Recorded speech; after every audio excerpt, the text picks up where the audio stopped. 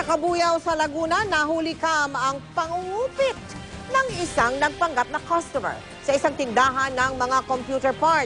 Makikita ang lalaki, umorder muna.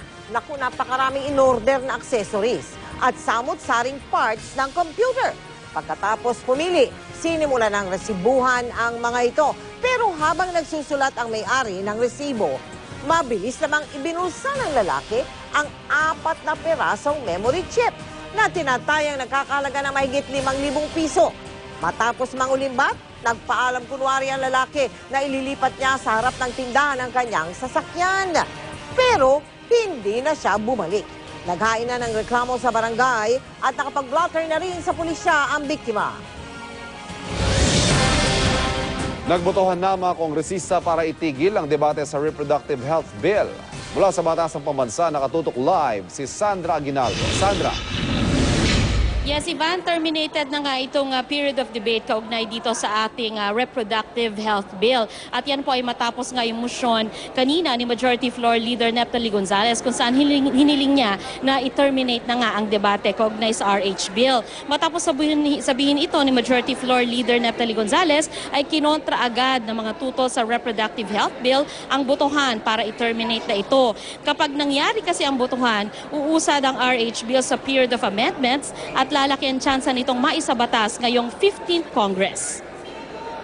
We object, Mr. Speaker. First, it was agreed by both those in favor and against the RH bill that the voting will be August 7. Today is August 6. Kaninang tanghali, nagpatawag po ang ating mahal na presidente. Napakasagwa naman po ng mga natatanggap kong mga text na iniisip na may kinalaman si Presidente Aquino sa nangyayari ngayon sa Kamara natin. There is no compelling reason na madaliin to. Unang-una, sa amin po, ang 6 ay numero ng demonyo. Nauna nang sinabi ng liderato ng Kamara na bukas, August 7, gagawin ang botohan. Pero ayon kay Gonzales, sa isang meeting kasama si Pangulong Noynoy Aquino sa Malacanang kanina, ay nagkaroon ng consensus ang may 182 congressmen na dumalo na ngayon na gawin ang botohan. Pero paglilinaw niya, hindi kay Pangulong Aquino galing ang panukalang ito. Kasi kung may consensus na kanina na ma-terminate at marami nang pumapayag, para lang makaiwas na lang ng gulo bukas na para wag nang masyadong, di ba? Hindi mo alam, baka may magbatuhan pa rito. 231 po yung kongresistang dumalo sa sesyon ngayon at meron pa daw na 18 na humabol pa. At kung majority nga ang bumoto papor dito sa RH Bill ay uusad na ito para ito ay umusad na sa period of amendments. Tsaka palang magbobotohan on second reading. At matapos nga po ang pagtatalo ay nauwi rin sa botohan. As many as are in favor of the motion, the majority leader, please say aye. As many as are against, say nay. Nay. Ayes have it. Motion is approved. Mr. Speaker. Session suspended. Nakita niyo naman, Ivan, na nagkaroon pa ng palakpakan mula dun sa gallery dahil nga dumalo dito yung mga nakakulay pula. Ito po yung tutol sa RH Bill at narito rin yung mga nakakulay violet. Ito naman po yung pabor sa RH Bill. Ang sinasabi po ay viva voce po yung pinagbasehan ng botohan. Palakasan na lamang ng boses ang kanilang boto. At ang pagkatapos po niyan ay nagsalita naman itong si Congressman Toby Tiangco at hiniling niya na sana'y payagan sila na magpaliwanag ng kanilang boto. Kung mangyayari kasi ito ay makikita kung ilan talaga yung bumoto pabor at bumoto kontra doon sa pagta-terminate ng debate sa RH Bill. Pero dahil nga po hindi na yan natuloy dahil winidraw po ni Congressman Tiangco yung kanyang hiling na magkaroon ng pagpapaliwanag mula sa mga kongresista. So Ivan, sa ngayon ay natapos na po at ito nga nakauusad na itong RH Bill sa tinatawag na period of amendment. Ivan? Maraming salamat, Sandra Aguinaldo. Samantala, libu-libong dumalo sa prayer rally ng Simbahang Katolika kontra sa Reproductive Health Bill nitong Sabado. Pero kung ang simbahang Katolika ay tutol sa panukala, may ibang religious group naman na pabor dito. Narito ang report. Lord Jesus Christ and Mary, our Mother, we beg you to enlighten our legislators to have the courage to vote against the Reproductive Health Responsible Parenthood Bill and to discard it permanently. Isa ito sa pinakamalaking pagtitipong pinangunahan ng simbahang Katoliko kontra sa kontrobersyal na Reproductive Health o RH Bill. Libo-libong taong nagtipon nitong Sabado sa EDSA Shrine kontra sa panukala. Pakiusap namin sa mga mababatas, vote according to their conscience at according doon sa nakikita nilang tama at mali sa panukalang batas na yan.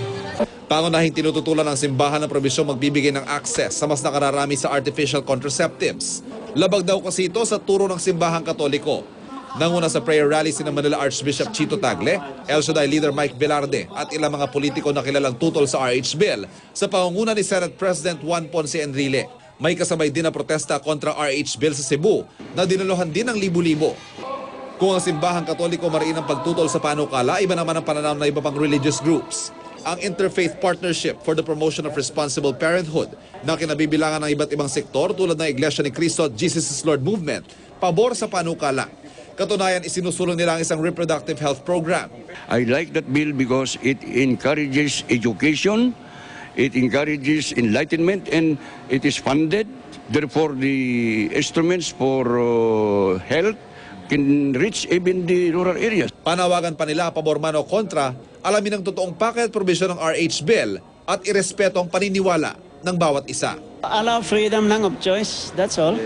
Do not dictate. The church should not be tyrannical.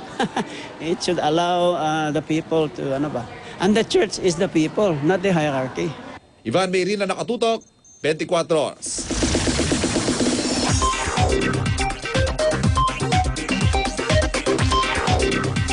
Naiiyak pa rin si Shasha Padilla tuwing naalala ang yumang partner niyang si Dolphy. Bukod dyan, worried din ang Divine Diva dahil may kidney problem pala siya ngayon at kailangan niya magpa-check up sa mga eksperto sa Amerika. May report si Lars Santiago. Ang salitang lovey na may puso sa dulo ang nakatatu sa kaliwang wrist ni Shasha Padilla. Lovey ang tawagan nila ni Dolphy. Kinopya ang tattoo sa penmanship mismo ng Comedy King sa isang sulat niya noon para sa Divine Diva. Gusto ko lang ng tattoo na napaka-personal sa aming dalawa. Pero pag nakita ng tao, maintindihan nila. Aminado si Shasha na may mga araw pa rin siyang tumatangis. Kahapon, I had a hard time because I went to our favorite grocery. So, yun lang. Maglalakad. Iyak ako. Hirap. Pag naglalakad ka, yung gano'n, tapos pipiliin mo yung mga dapat mong bilhin, alala mo yung paborito niya, yung juice. So, kailangan maging malakas ka. Wala si Shasha sa Pilipinas sa 40th day ng kamatayan ni Dolphy. Kailangan niyang pumunta sa Amerika para kumuha ng second opinion para sa natuklasang growth sa kanyang kidney. Si Dr. Vicky Bello daw ang nagmagandang loob na sumagot sa check-up ni Shasha sa California. So sabi niya, pumunta tayo sa California kasi since you want to seek a second opinion, tamang-tama kasi may urologist talaga si Dolphy sa Cedars-Sinai. Sa mga huling pagsusuri, nakitang kasing laki na ng ping-pong ball ang growth sa kidney ni Shasha. Ang panalangin ni Shasha, hindi sana siya kailangang operahan at hindi maging malala ang kanyang kalagayan. Ang pinaka-concern ko talaga sa mga anak ko kasi, sorry, feeling ko nga parang katatapos lang nila sa pag-aalaga ng magulang na may sakit. So, sana hindi naman lumala yung kondisyon ko kasi nakakaawa rin sila. Malaki naman ang pasasalamat ni Shasha sa mga co-stars niya sa pelikulang I Dubi-Dubi-Do na walang tigil sa suporta sa kanya. Sa isang proyekto, mararamdaman mo yung pagmamahal at suporta ng kapwa mo mga artista kapag nagtatrabaho kayo, talagang binibigay nila yung lahat nila. Lars Santiago, Nakatutok, 24 Oras. Susunod, bata sa China na muntik malaglag mula sa balkonahe, iniligtas. Isang kalahok sa triathlon sa Cebu, patay matapos mahulog sa bisikleta at mabagok. At silipin ang mga eksena sa sa likod ng pinakabagong station ID ng Kapuso Network. Susunod na yan dito sa 24 Oras.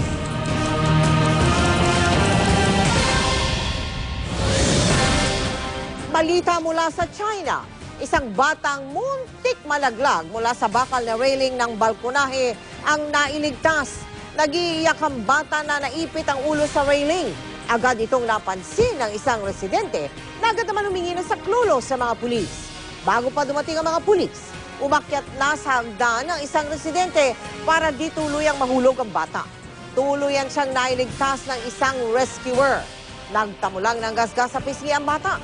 Wala pala siyang kasama sa bahay nang mangyari ang naturang insidente.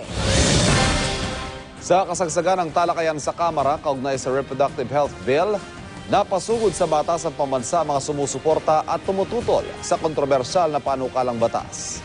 Mula sa batas ng pambansa complex sa lungsod ng Quezon, nakatutok live si Jamie Santos. Jamie. Ivan, nagsagawa ng rally ang mga pro at anti-reproductive health bill sa harap ng batasang pambansa.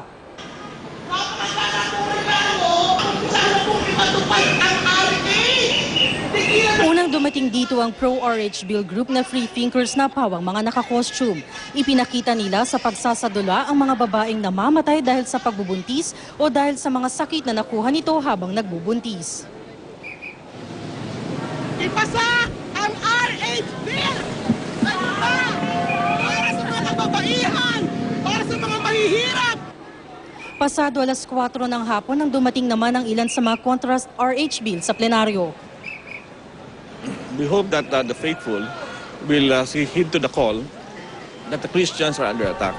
Mukhang makatapos mananghalian sa palasyo ay all of a sudden biglang dumaming umattend at itinutulak ngayon yung pagtigil ng interpelasyon. Even matapos nga ang naging kinalabasan ng botohan at pagto-terminate ng interpellation o ng period of debate sa loob ng Kamara kanina, magsasagawa daw sila ng mga prayer vigil at misa at magiging sunod-sunod daw ito. At kung mangyayari, pwede daw nilang ulitin yung naging malaking mass action itong Sabado, ay uulitin daw nila ito para ipakita ang pagtutol nila sa paggulong ng RH bill. At yan ang latest mula dito sa Kamara. Balik sa iyo, Ivan. Maraming salamat, Jamie Santos. Hindi pa rin maubos-ubos ang sandamukal na basura sa Manila Bay at aabutin pa raw ng 2 linggong paghahakot doon. Kaya ang ilan nating kababayan tuloy pa rin sa pangangalakal doon para kumita. Nakatutok si Cara David. 4 hanggang 10 truck ng basura ang nahahakot ng MMDA araw-araw sa Manila Bay. Pero sa tuwing bubuhos ang malakas na ulan at lalakas ang alon sa dagat, panibagong buhos din ng basura ang inaanod sa Pampang. May mga nasa lalim ng dagat yung mga basura. Umaahon sila pag ganitong malakas ang pag may bagyong may bagyo, umaahon yung basura. At dahil walang tigil pa rin ang buhos ng ulan, tingin ng MMDA baka abutin pa sila ng 2 pang linggo para mahakot lahat ng basura sa Manila Bay. Pero hindi lang mga taga-MMDA ang lumulusong sa maduming tubig. Kahati nila ang mga nangangalakal ng basura. Tindero sa gilid ng Rojas Boulevard si Ruben Joven.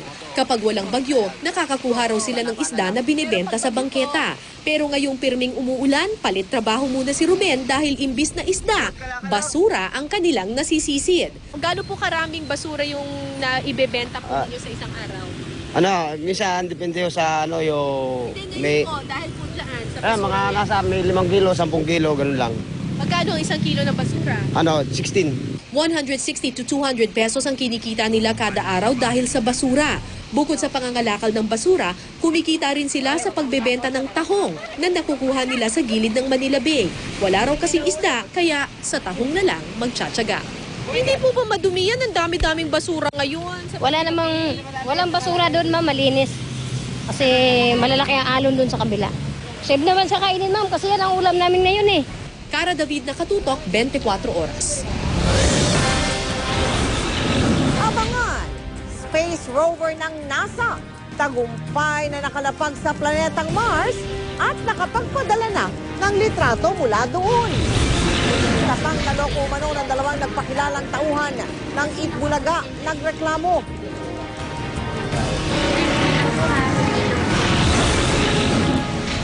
sinalanta ng baha sa Kalasyaw sa Pangasinan, nahatira natin ng tulong. Walang patid na pagtutok dito lang. Sa 24 oras.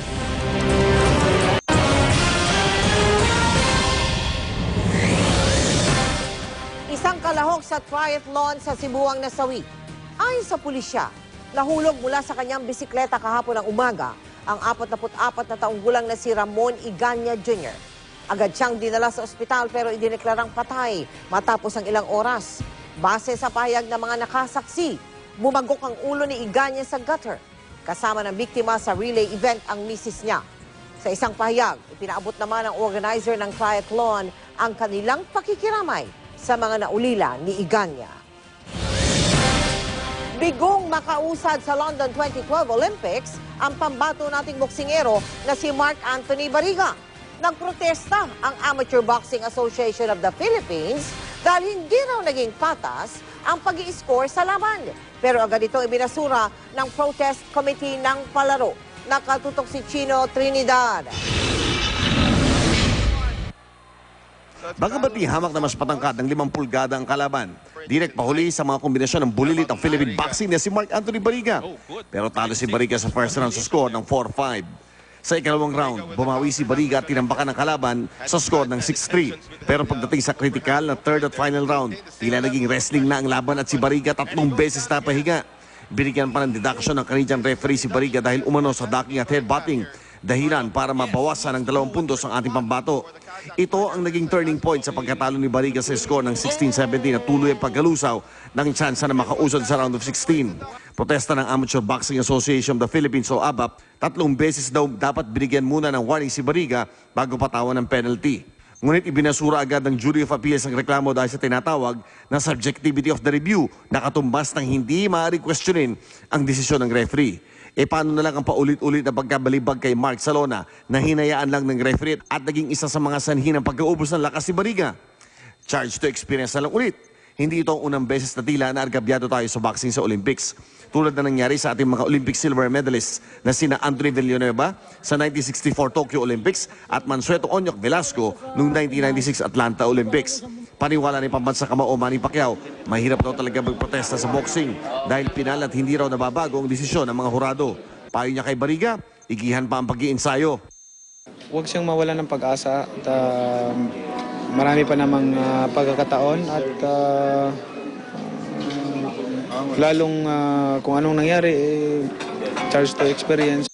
Sa 11 atletang Pinoy ngayon sa London, 3 na lamang ang sasabak sa Olympics ngayong linggo. Si Maristela Torres sa long jump bukas, si Rene Herrera sa 5,000 meter race at ang Phil-Am rider na si Daniel Caluwag sa BMX cycling sa Miyerkules.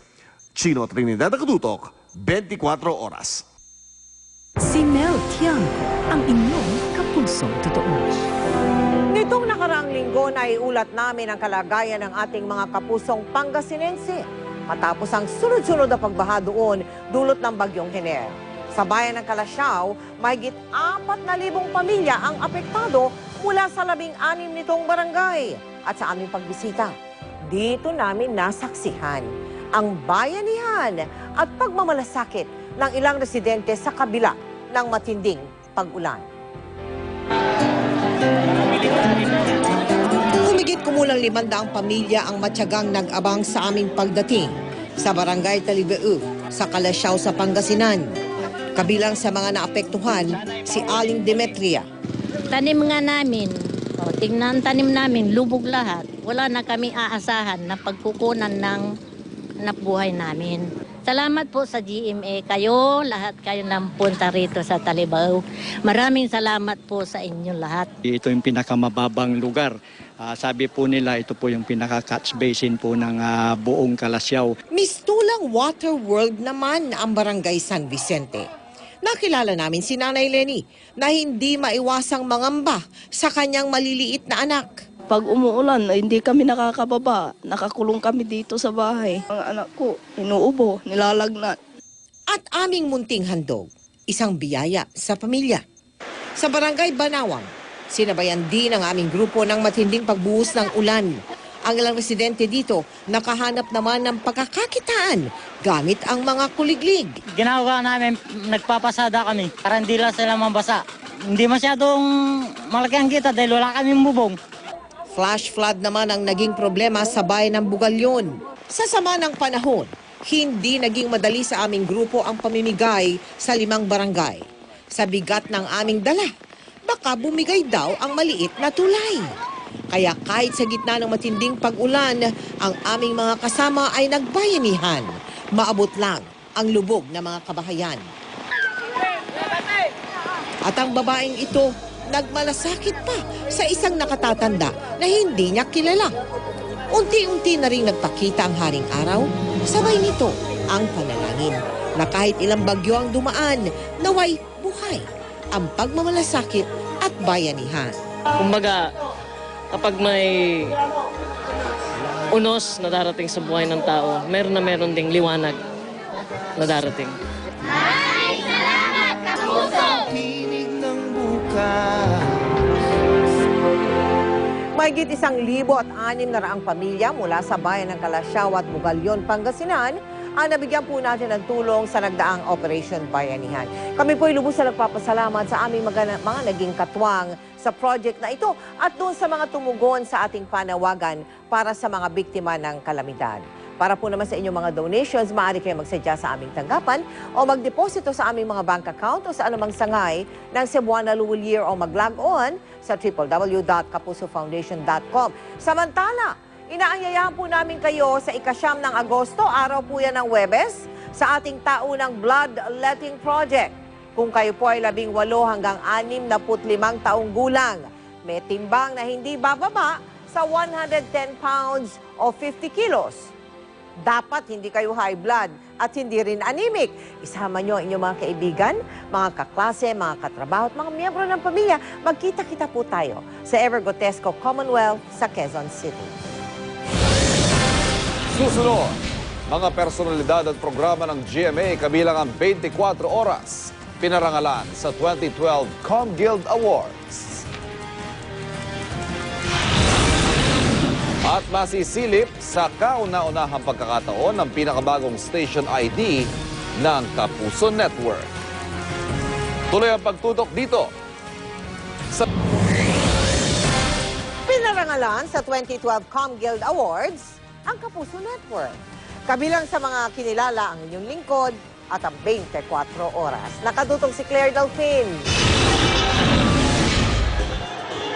Umani ng parangal ang GMA News and Public Affairs sa 2012 ComGuild Awards. 5 sa 7 parangal ang iginawad sa Kapuso Network. Mga dean, professors at mga estudyante ng iba't ibang mass comm colleges sa bansa ang pumili sa mga nanalo.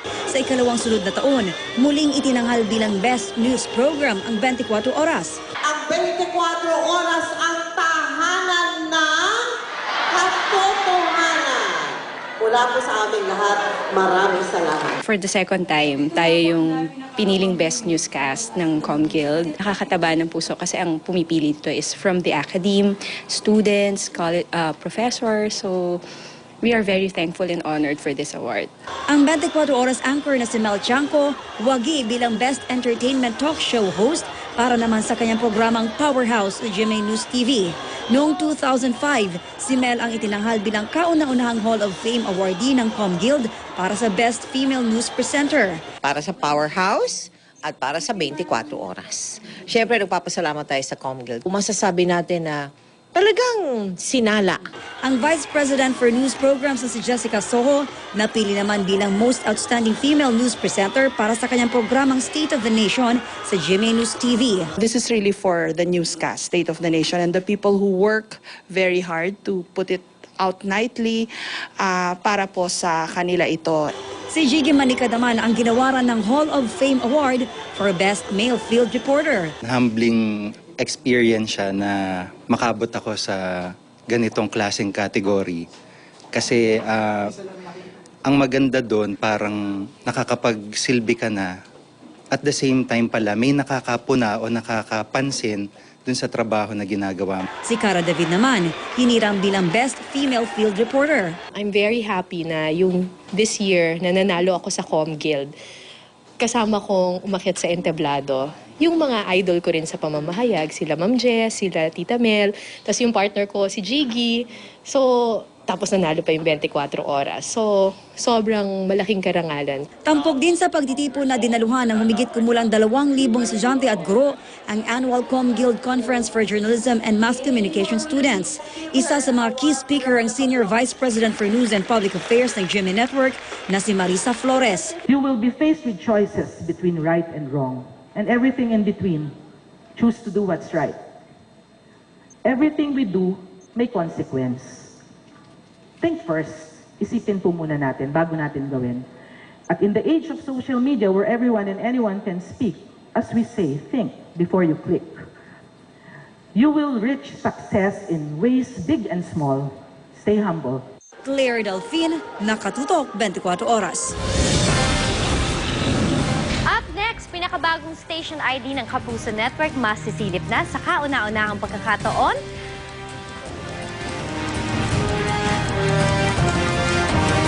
Sa pagbabalik yan ng 24 Oras.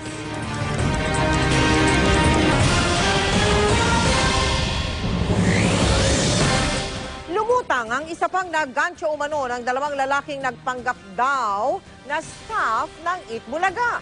Ayon kay Maria Lily Pesalbon, gaya ng modus na ginawa sa isa pang biktima, nagpakita rin daw ng ID ng Itbulaga ang 2 suspect. Hiningan din daw siya nito ng mahigit 4,000 piso kapalit ng isang kahong sabon. Pumayag daw siya dahil sinabi sa kanya na pag bumili siya ng sabon ay darating sa kanyang tindahan sina Jose, Wally at Vic Soto para bigyan siya ng premyo. Todo tanggi naman ng mga suspect sa naturang paratang, hindi rin daw nila ginamit ang pangalan ng Itbulaga. Paalala naman ng isa sa mga host ng Itbulaga, si Alan Kay, hindi sila nanghihingi ng pera sa lahat ng kanilang mga pakontes.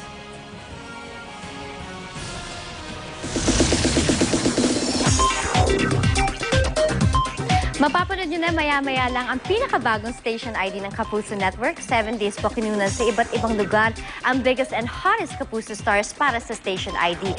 Kasama ko nga po sa isang garden setup sina General Mercado, Rian Ramos, and Lovie Po. At hindi naman po huli ang mga Kapuso natin sa News and Public Affairs. Sa bagong station ID, may pangunahing tanong, sino ba ang nilalaman ng aming puso? Siyempre, wala na iba kundi kayo mga Kapuso, ang laman ng aming puso. At yan ang mga buwan naman kong chika for this week. Tutok po ulit bukas to the hottest in showbiz. Dito lang yan sa Chika Minute. Sa ngalan ni Pia Guanyo, ako po si Heart Evangelista. Susunod na po ang Luna Blanca. Mel? Salamat, Heart. Paalala lang po mga kapuso, manatili pong naka-alerto sa mga pinakahuling ulat panahon. Lalo pat itinaas sa pag-asa ang green warning signal sa buong Metro Manila. At yan po mga balitang aming tinutukan sa nakalipas sa 24 oras. Maraming salamat sa inyong pagtitiwala. Mula sa tahanan ng katotohanan, sa ngalan ni Mike Enriquez, Ivan Mayrina, Pia Guanyo at Heart Evangelista, ako po si Mel Tiangco. Ito ang GMA. Walang kinikilingan, walang pinoprotektahan, walang kasinungalingan. Serbisyong totoo lamang. At dahil hindi natutulog ang balita, nakatuto kami 24 oras. At mga kapuso, narito na po ang ating pinakahihintay. Panoorin po ninyo ang pinakabagong station ID ng GMA. Sama-sama namin ipapakita sa inyo ang nilalaman ng aming mga puso. Ikinararangal po namin ilunsad ang pinakabagong GMA Station ID.